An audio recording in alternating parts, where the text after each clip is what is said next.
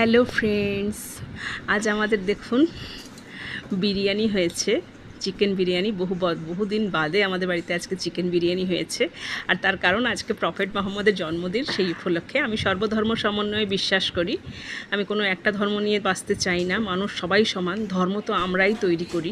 তো যাই হোক, আমরা সকালবেলায় আজকে এই যে দেখুন বানিয়ে নিলাম আলু পনিরের মোগলাই পরোটা, আর দুপুরবেলায় খেয়েছিলাম বিরিয়ানি। তো এইভাবেই দিনটা শুরু করলাম। আজকে যেহেতু ছুটি আছে, আর রাতের বেলায় এই যে বানিয়ে দিলাম, এই যে দেখুন এটা হচ্ছে মক্কার গুঁড়ো দিয়ে একটা চকুলি মতন করেছিলাম, আর সন্ধ্যাবেলায় বাচ্চাদের সঙ্গে এগুলো খেয়ে নিলাম। আর আমাদের বাড়িতে দেখুন প্রচুর ভেন্ডি হয়েছে, তারপরে কাঁচা লঙ্কা হয়েছে।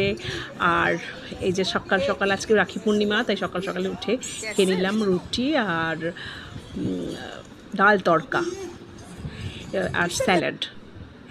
এসব খেয়েই দিন শুরু করলাম।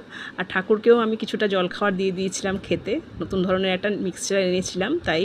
আর আজকে ঠাকুরকে অন্নভোগ দিইনি, একটু দই করে